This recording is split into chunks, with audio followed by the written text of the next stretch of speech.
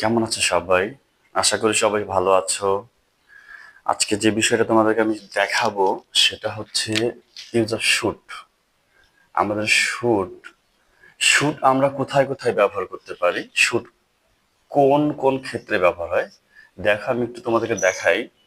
Shoot আমরা জানি, shoot হচ্ছে উচিত, কোনো কিছু উচিতের ক্ষেত্রে, কোনো কাজ করা উচিত। এই উচিত, এটা অর্থ হচ্ছে এরকম। তো শুট কাজ করে তিনটা ক্ষেত্রে। একটা হচ্ছে অব্লিগেশন, আমাদের কোনো কাজে যদি বাধ্যবাধকতা থাকে। আর ডিউটি আমাদের যদি দায়িত্ব বোঝায়, দায়িত্ব সম্পন্ন কোনো কাজ বা দায়িত্ব। আর অ্যাডভাইস, উপদেশ, এই তিনটে ক্ষেত্রে আমরা শুড ব্যবহার করতে পারি। তাহলে should is used for three purposes, that are obligation, duty and advice. First সেন্টেন্সটা দেখো, এটা you should arrive before night. You should you should arrive before night.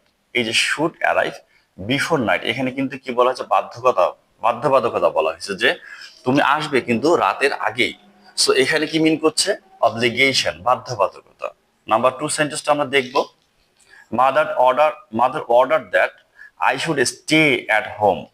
এখানে আমাদের ডিউটি, মা যেহেতু আমাকে বলছে যে you should stay at home, so এটা আমার ডিউটি, হোমে স্টে করা। ঠিক আছে তো? এবার নাম্বার থ্রি বলছে অ্যাডভাইস। নাম্বার থ্রি সেন্টেন্সটা বলছে যে we should be more careful. We should be more careful, একটু we should be more careful. দেখো এখানে আমাদের বলছে যে we should be more careful, তাহলে আমাদের এটা কি বোঝাচ্ছে, অ্যাডভাইস বোঝাইছে। We should be more careful, আমাদের আরো সতর্ক হওয়া দরকার। সো আমরা যে বিষয়টা জানলাম, শুড আমাদের ইউজ হবে তিনটা পারপাসে: অব্লিগেশন, বাধ্যবাধকতা; ডিউটি, দায়িত্ব; অ্যাডভাইস, উপদেশ। তিনটার আমি তিনটা এক্সাম্পল তোমাদেরকে দেখালাম। এখন বিষয়টা হচ্ছে মনে রাখতে হবে, এই তিনটা পারপাসকে আরো ভেঙে, এই তিনটা পারপাসকে আরো ভাগ করে আরো অন্যান্য অন্যান্য সেন্টেন্স আরো অন্যান্য ভাবে করা যাবে।